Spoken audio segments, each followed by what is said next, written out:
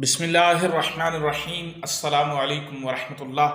تمام معزز سامعین و ناظرین کو انفارمیشن پوائنٹ کے پلیٹ فارم پر خوش آمدید۔ سامعین و ناظرین، ہماری آج کی ویڈیو کے اندر ہم جانیں گے کہ حلال جانور کا کچا گوشت کھانا جائز۔ سامعین و ناظرین، تحریک منہاج القرآن کی جانب سے جاری کردہ فتویٰ میں مفتی محمد شبیر قادری لکھتے ہیں کہ حلال جانور جو شرعی طریقے پر ذبح کیا گیا ہو اس کا کچا گوشت کھانا جائز ہے۔ گوشت کے حلال ہونے کے لیے اس کا پکانا ضروری نہیں ہے۔ حلال گوشت بغیر پکائے بھی کھانا جائز ہے، خواہ وہ گوشت کی شکل میں ہو یا قیمے کی شکل میں ہو۔ سامعین، تحریک منہاج القرآن کی جانب سے جاری کردہ فتویٰ میں مفتی محمد شبیر قادری لکھتے ہیں کہ حلال جانور جو شرعی طریقے پر ذبح کیا گیا ہو اس کا کچا گوشت کھانا جائز ہے۔ گوشت کے حلال ہونے کے لیے اس کا پکانا ضروری نہیں ہے۔